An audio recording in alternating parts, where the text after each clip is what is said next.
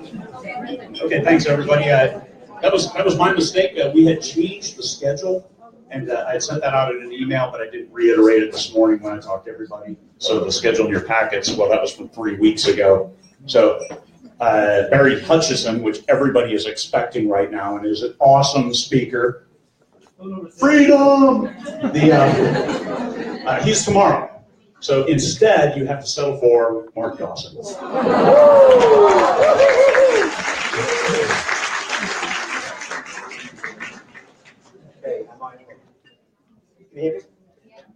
Okay, so normally if you've seen me speak before, I'm a little bit more professional, should we say, than I'm probably going to be today. Now, there's a few reasons for that. I'm moving house tomorrow, and Greg was kind enough to rearrange the schedule because we're being moved out tomorrow. My cat died yesterday. That was bad. Get it on Facebook. I've got 2 kids, and it's pretty crazy. So it's not quite as slick as I'd like it to be. I also have not done this presentation before, so it's all quite new. And I think it will run best if, first of all, Craig keeps me on track with time. And I'm very happy to kind of take questions as we go through this, because this is not going to be wonderfully structured, but I think there's some good, useful information, especially if you prompt me in the right direction to answer the questions that you want me to answer. So, with that, Craig, go back to your desk, please. Another problem we realised, I brought my Mac without the right adapter today, so Craig is very kind in running this from his laptop. So he is my, I'll prompt you with, etc. So yes, so you may have heard of me before. I got a couple of businesses. So there's the fiction side of things, and then there's also the self-publishing formula, which is kind of the education and author help business that we've built. But in terms of the fiction side, let me just grab my phone so I don't have to keep looking back at the screen. So in terms of the fiction side of things, I'm a hybrid author. I am published by myself, obviously, also by Thomas and Mercer, and then in translation around the world. I'm a multiple USA Today bestseller, also hoping to hit the list. This week I have a book club today on a book that we're going to be looking at in a minute. Multiple category bestseller across all of the retailers. As I say, in translation in places like Germany, Italy, Czech Republic. Audible bestseller, my books sell pretty well. Actually, Audible made a bit of an error not too long ago. They sent me a spreadsheet that was supposed to say it was just my royalties, and it was everyone's royalties. So I know exactly where I am on the chart. This isn't being recorded, is it, Rick? Yes, it is. And the really, really cool news, I signed a deal not so long ago. I can't say too much about this, but there's a TV series in development in Hollywood. I'm going out to Los Angeles in the summer to talk about it. So that's really cool as well. This is slick.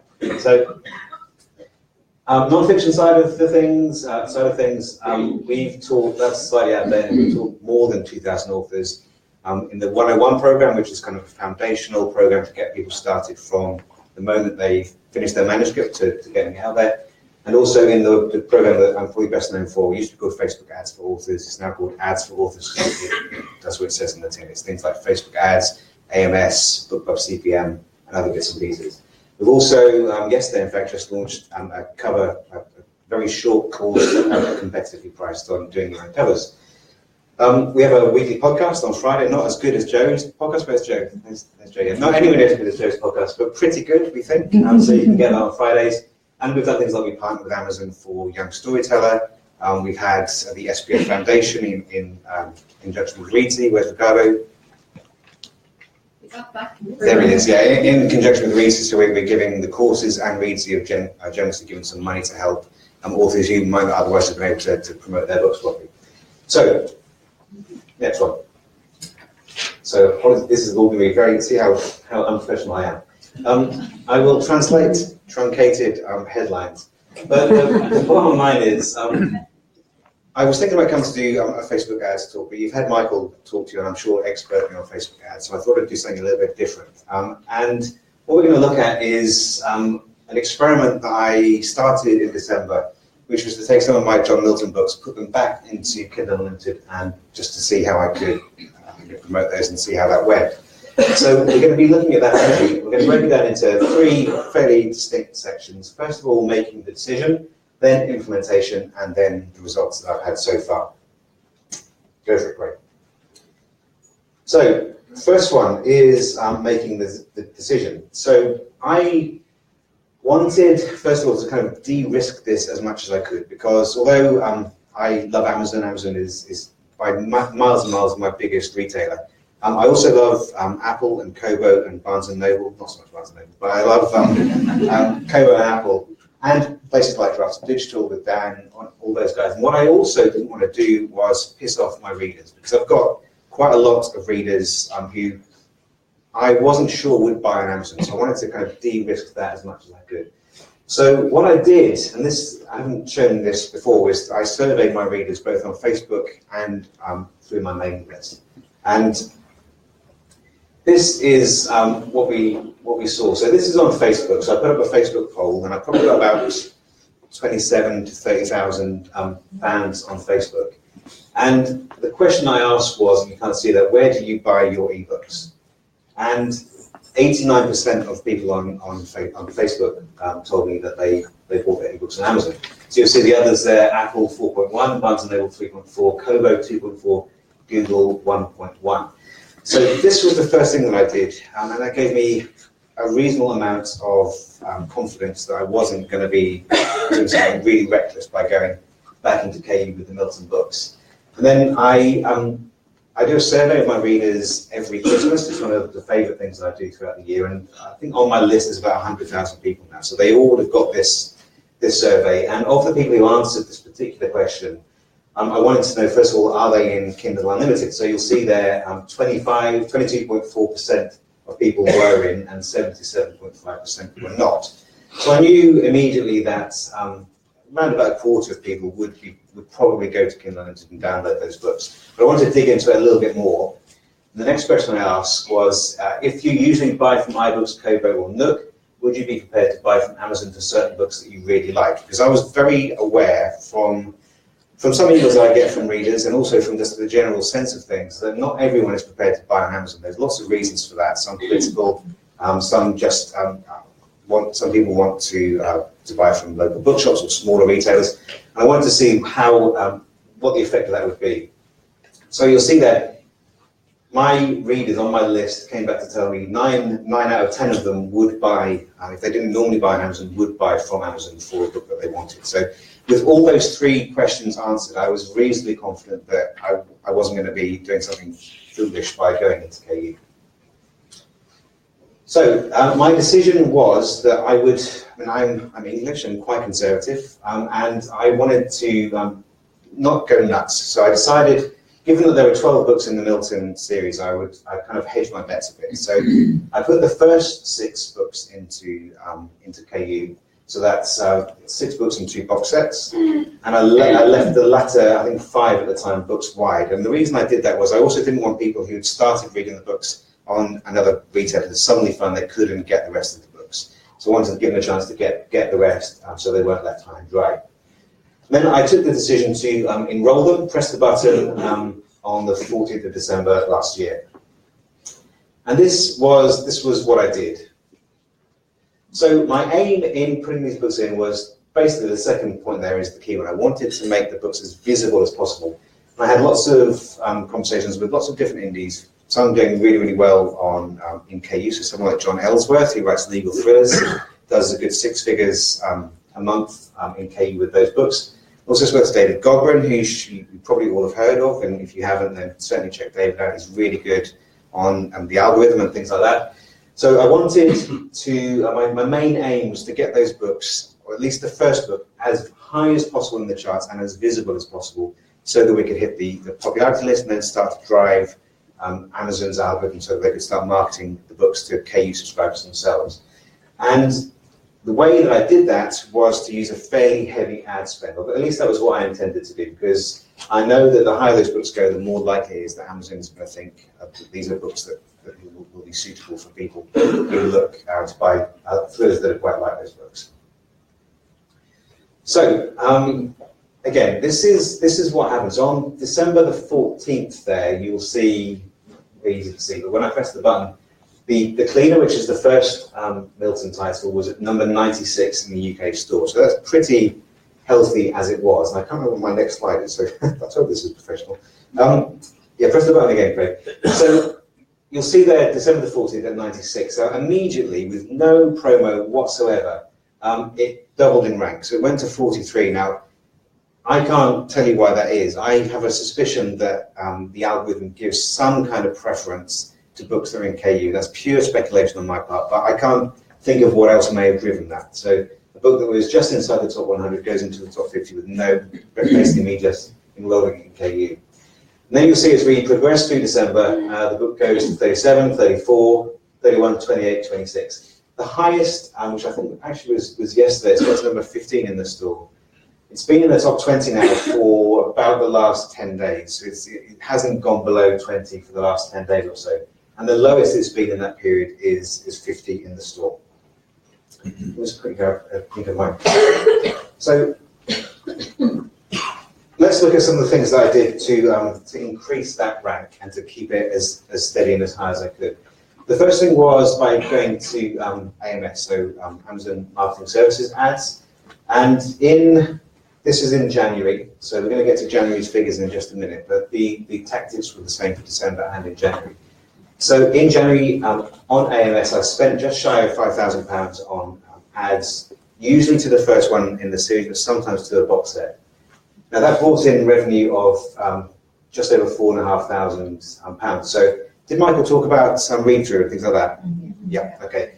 So on the face of things, I've got to thank Michael on this, because I never used to calculate read-through in my working out my return on investment for my ads. And I probably shut off many ads that actually were making quite a lot of money because I didn't do that. And again, it's because I'm quite conservative. But on the face of it, they would look like that ad has made me around about £200 loss.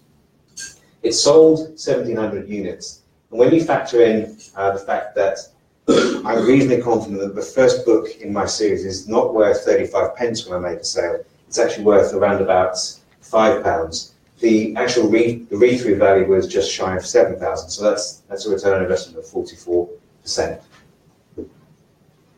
So here are some of the ads that I was running. So you'll see at the top there, that's a headline search ad. Who's interested in how to run AMS ads in the UK? Yeah, okay. So it's complicated. It's going to be easier quite soon. I think Amazon is likely to roll this out. So I don't know this for a fact, but likely to roll things out reasonably quickly to let us advertise more easily in the UK. But to get the ads at the moment, you need to set up a vendor account, and you also need to be registered for VAT. So it's not easy. And when I set the account, that VAT requirement wasn't in place. But you can do it. So basically, a vendor account. So that's if you're selling widgets or non-book items, T-shirts, whatever. Once you've got the account, you can advertise anything on the store, including books. So the headline search ad, that appears at the top of search results when people are searching for things. So if people are searching for lead child, for example, there's a good chance that that ad will come up at the top. And these new ones here, this is the last couple of months, these ones just beneath the blurb. They are product display ads, so very long product display ads, and they also go out by email as well. So I've been pushing those really, really hard, and if you're looking on the UK store at the moment, there's a good chance you'll see quite a few of my ads. Okay, so the next plank of the strategy was to look at Facebook. So normally my ratio tends to skew much more towards Facebook, but I've been finding AMS ads much more reliable at the moment. But nevertheless, I spent just shy of £2,000 on Facebook ads in January, and that brought in sales of £587. But when you include read-through into that, it's just over £2,300. That's a return on investment of 30%. So here are a couple of the ads that I've been running. So this one on the left-hand side is one that has been very successful, variants on this. You'll see at the top left there, it's not from me, so it's from a page that I set up basically to promote other thrillers. It's got around about 25,000 people on that page, and I use that. I think Michael may even have spoken about this in his talk, but he certainly mentioned it in his book. Sometimes if you send the ad from something that's not directly connected to the author, you can find that your conversion is a little bit better. So I've been testing that. That's worked very well. Lots of different targeting. Then on the right-hand side, that's an ad that I've been running for, I think, since Thursday, because the box set is, I've never had it down at that price, 99 pence, for an awfully long time. So I wanted to start running some ads to generate interest in that title. So again, that one's been going pretty well as well, and that one is from my page, as you see there. I've also got different images. So that one there is going to male readers. I know from my surveys that 75% of my readers are male. I think that's when I know, because I've split tested this, that is more likely to appeal to men. There's a variant of that without the gun, without the bullets, that tends to appeal more to women. So I run that to female audiences. So the targeting options that I've been running, I use a custom audience of my mailing list. So 100,000 people on my list, you import that into Facebook. Facebook will try and match those 100,000 with people who also have Facebook accounts. You can then send ads to those people. That's a really good tactic, especially if you combine it with a mail out to your list at the same time. So one of the questions I get when I suggest that tactic is that people are worried that I'm effectively double dipping. So if I send you an email and you get the email, then you see an ad as well. What was the point of sending the ad? Well, there's lots of reasons for that. Mailing list open rates tend to be 40–45%. So that's 55% of people who don't see the ad, so I'll get them another way. Also, you may have seen the ad or opened the email when you were doing something that meant you couldn't actually take action. So I'd like to get you with another exposure to the message so that you can then take the decision later. I also do lookalike audiences, so I'll take my mailing list of 100,000, tell Facebook to try and find more people like that to then send the ad to. So Facebook will look perhaps at people who have buying, who they think shop on Amazon, maybe like Kindle pages, maybe like thrillers and that kind of stuff. So you can put together a really big list of potential targets to advertise to. Instead of 100,000, it's usually about 2 to 2.5 million. And then I'll target other traditional authors, so Lee Child, David Baldacci, James Patton. I'll send ads to those, to fans of those writers as well. And I'll run those in the US and the UK. And then the final part of the troika is to look at BookBub CPM ads. So who's run a CPM ad for BookBub before? Okay, so probably about half the room. So this is their new platform. It's not the featured deal. It's the one that goes out in emails that everyone will sacrifice people to get. This goes out, it's an auction just the same as the AMS and the Facebook auction. And this appears at the bottom of the email. So these have been going out for the last week or so, and they've been working pretty well as well. So on BookBub, targeting, a really good place to start is your own fans. So if you've got a deal, BookBub will have a list of people who it knows have either clicked on your ads before or have indicated otherwise that they like you as an author. It's a good idea to send that message to them as well, for the same principle as I mentioned before. I'll also target key traditional authors, same way, so Lee Child, David Baldacci, and then other indies. So I'll also be targeting people like Russell Blake, Ty Patterson, probably some people in this room as well, for which I apologise. But I want your fans. Okay, next one. And yes, today, so if you check your BookBub email today, I have a deal on the box set, which is quite unusual. To get a deal from BookBub when you're exclusive to Amazon is very hard. And Craig was just telling me outside he's tried 57 times to get a BookBub deal for his books and he's struck out. So it is generally, the success rate will be higher if you have more than one retailer. They don't usually like exclusivity.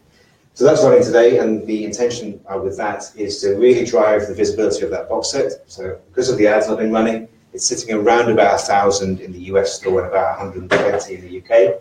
When the ad runs, I would expect that to go into the top 50 in the US, and I would say top 20 without any problem at all in the UK. And then once it's hit that rank, it takes less sales to maintain the rank than it does to hit the rank. So I'll start continuing to advertise fairly heavily to keep that book as visible as possible, so that people in the KU can see it. Then if they see that book, they read it and enjoy it, then hopefully they'll go through the rest of the series. So, results. How long have I got, Craig? Okay? You have 15 minutes. Okay, so in December, so remember these books went in, the first 6 books went in on the 14th of December. And in that 15 days or so to the end of the year, had 1.7 million page reads, and sales went up as well. So it wasn't a question of those reads were cannibalizing sales, it actually increased the sales too. And I was very pleasantly surprised to get all-star bonuses for half a month basically in the UK for page reads, so total page reads. I think I was in the middle tier, and the cleaner got a bonus for the being one of the more popular books. Around about £1,000 it was for those bonuses.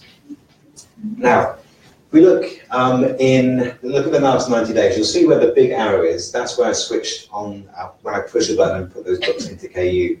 So you'll see that it's had a really profound effect on how sales have gone.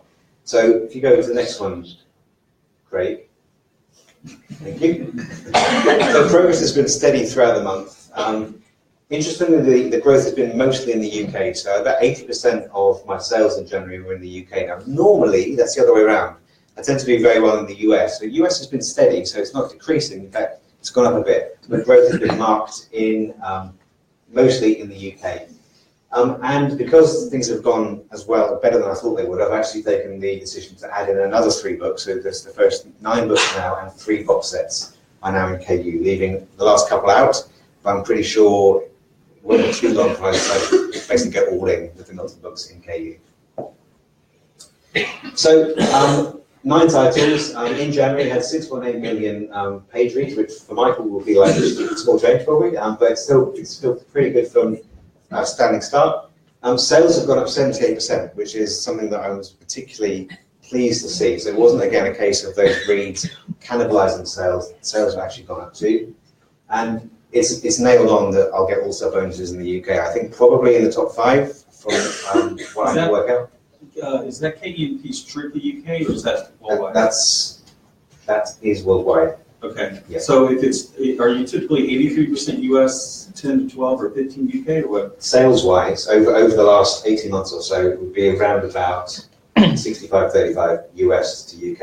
Okay. So the US portion has grown a bit, but the UK portion has really exploded. I would think you could possibly get an author bonus in US as well. Okay. Yeah, I think that's quite likely to. I think it's one of the lower tier ones, but yeah, it seems possible. Okay. So, next one. So, this was the expenditure through January. I spent $11,000 on AMS ads, $7,000 on Facebook, so just shy of 20 grand on advertising.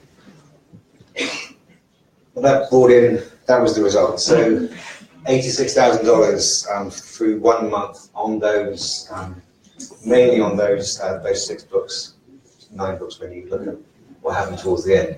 So I'm really extremely pleased with that. That's on pace for a 7-figure year. So really happy with how things have gone, and very likely now to put the rest of the books in. So, sorry, my slides are just cut there. Let me just give you the final. So yes, the takeaways.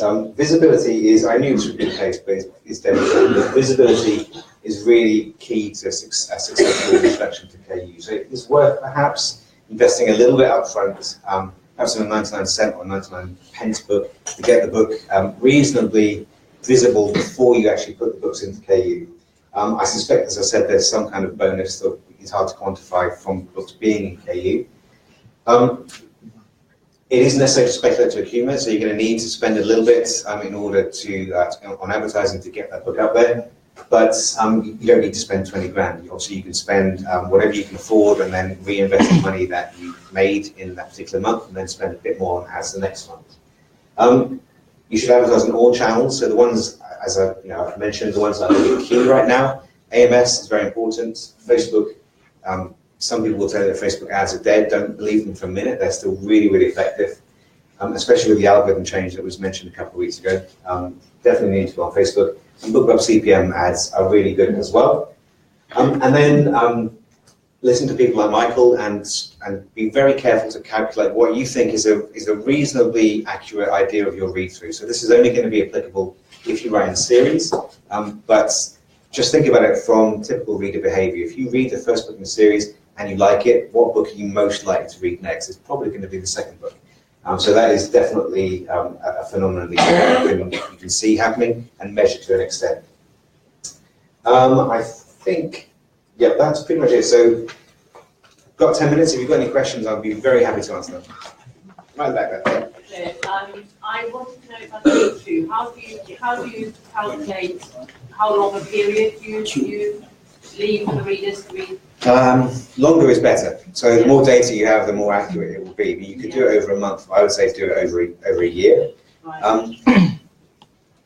Reader is really is an interesting phenomenon. There's lots of ways to calculate, and Michael's way is the best way, apart from asking the retailer. So look at, you've got 100 of book 1, 60 of book 2. You'll read through from book 1 to book 1 to book 2 is 60 over 100. Right. But I knew that it's the best we can do, but it's also quite inaccurate because it doesn't take into account like a BookBub spike. You might have on book 3, which might mean that you've got more sales in book 3 than you had in book 2, which makes it very difficult to work out. So I asked Amazon if they could tell me what the read-through was, because they know what the data is. And unsurprisingly, they said no. But the guys at Kobo said yes. So Mark, before he left, hooked me up with their data team, and they were able to give me the information that I needed. And I think reader behavior will be the same across all platforms. And I know using that data that, as I said before, the sale of book 1 usually means, this was only taking 6 books into account, usually means that I can bank on that being worth about £5. Over all of the books, it's more than that. Sorry guys, Michael's requested that if you've got any questions, can you come to the front, and then you can have the microphones just for the people that can't hear very well. If you just want to queue up by here, that'd be great. I don't know, the British are a bit more reserved. I don't know if the British are going to do it. The Americans be like, yes, yeah. My question is, you said that in the UK you can run a headline search ad if you have a UK vendor account. What if you have a US vendor account? Can you run headline search ads in the UK? No. Darn. But you can get a vendor account in the UK. Yeah, then I have to pay that in the UK too, right? That's likely. Yeah. Okay. Thank you. You mentioned about getting a book book. If you've got a book book, would you start the ads before? Move it closer to your mouth. Jesus, first time I've ever been told to speak out. If you get a book book at the feature deal rather than the ads, would you start running the ads on Facebook and Amazon before the book book? Yes, before and after. That's what I've been doing the last week. I switched the ads on like Wednesday, knowing that the deal was today, and I've taken that 99-cent box set to, as I said, to around about 100-ish in the store. The ad hits today, and I would expect that. I can tell you later where it gets to, but I suspect it will get up into the top 20. Yeah, because I have a book club on a book that's 300,000 in the store, so anything will be in a group. It's not till the end of February. Sure, I'd put the price down a little early, a day or two, and then run some ads to it, see if you can get up a bit. Great, thank you. Okay, next. Oh, there we go. My question is pretty simple, actually. If you're running, can you put a book set into KU without the books, individual books being in it? No, everything has to be exclusive. So anything in the box set can't be anywhere else. Okay, thank you. Have you been doing anything specific to target Kindle Unlimited readers with your Facebook advertising or your AWS advertising? Kindle Unlimited is not a target you can go for, unfortunately. It's very annoying. Everyone would do that if you could, but you just have to think laterally in that case. So you can look at building a big audience of authors who are like you, and then as a kind of a sub, so that you must like authors A plus, you must also like Kindle or ebooks, and you just have to kind of cross your fingers a bit that includes people who be KU subscribers. You can put in your ad copy, and I would recommend it. Read for free in Kindle Unlimited. That will work quite well.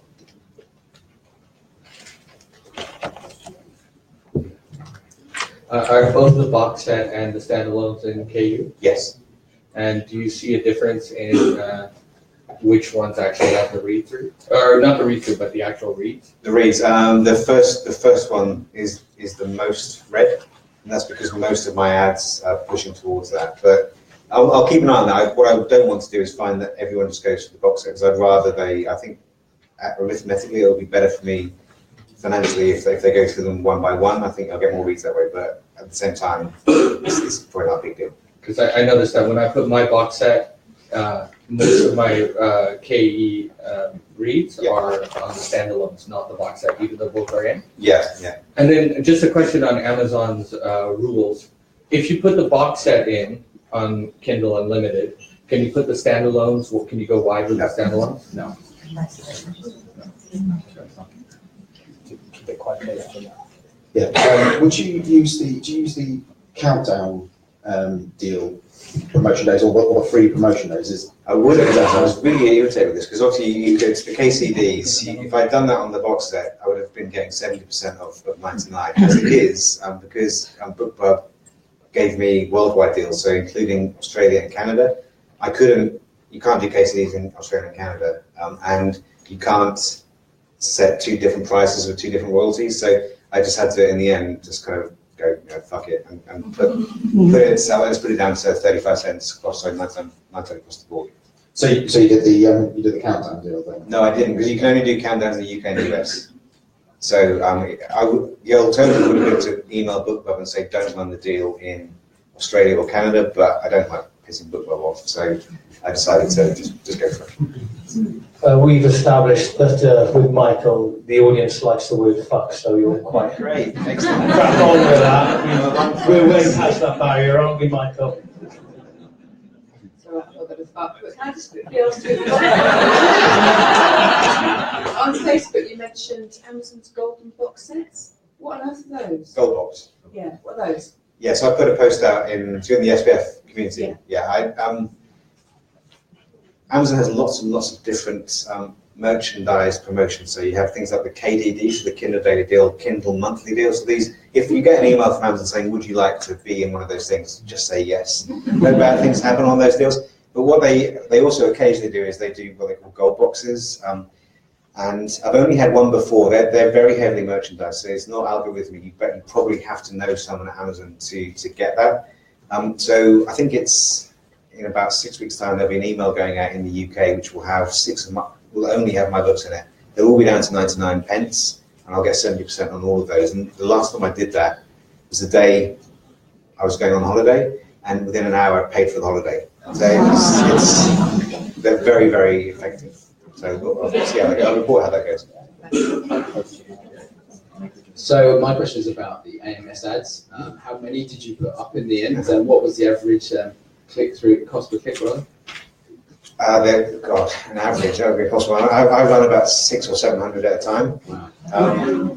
So I'm testing this piece of software, but I haven't really pushed it out too hard yet. It's something called Prestazon that I recommend. I've seen some authors have got hold of this, and it makes it a lot easier to manage that kind of ad traffic. But I'll run ads at all kinds of different bid levels, from 10 pence or 10 cents all the way. We've got one in the States at $5, so I'm prepared to pay $5 for a click. Never gets that high, but I want to beat everybody on that ad. And I mean, you'll see, you guys know there's a guy called Scott Pratt, he writes legal thrillers. He is killing it on the author earnings report that came out last week. He was one of the highest earning indies, and he writes legal thrillers. And he just dominates the AMS ads in all of my categories in the US. And the only way I can think about it is that he must be spending an enormous amount of money on ads. So I just want to see what the kind of the inflection point is. So I'm prepared to bid quite high to get that. Do you think Amazon are ever going to sort their dashboards out in AMS, because they're crazy? Yeah, I've spoken to the AMS team in Seattle quite a lot, and it's on there. You will see, if you haven't got it already, they have now made available, you can slice it so you can get daily, or you can incrementally slice the data, so it's not just lifetime. And that's gradually rolling out. So they will improve. I think they know it needs a lot of work. We've got enough time for 2 more questions, so any introverts in the room, I'll come to you if you want to get. What was that software you were talking about? Prestazon. So it's Prestozon. There's our most famous introvert, Joanna Penn. Come on, we've got a question. I'll come to you. I just wondering, as a sort of smaller author on this stuff, the BookBub thing is the thing that makes me reticent not to be on KU. Yep. Is there any hint that that's permanent, that attitude towards being only? Their view is, I think, that they want to make their deals available to as many readers as possible, and the odds, because by doing that, by going wide, they'll achieve that. So I think it's always been the case. It's pretty obvious that that is something that is a key player in their decision.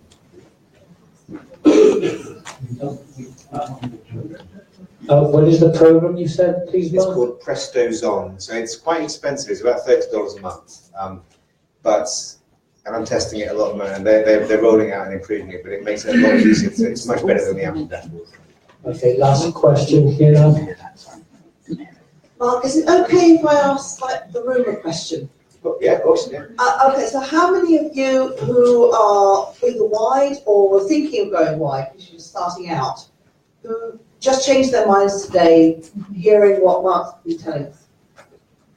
Anybody? Could you start with finding out how many people are wide or going wide, and then ask? And then, sorry, how many people are wide or are thinking of going wide? Okay, so keep your hands up if you're now thinking of changing. That's really interesting. Thank you very much. Can you have a round of applause to Mark Dawson, please?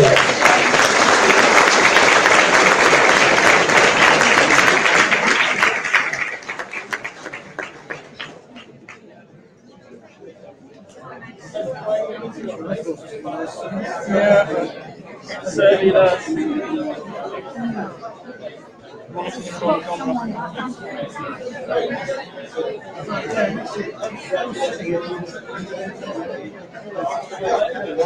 Yeah,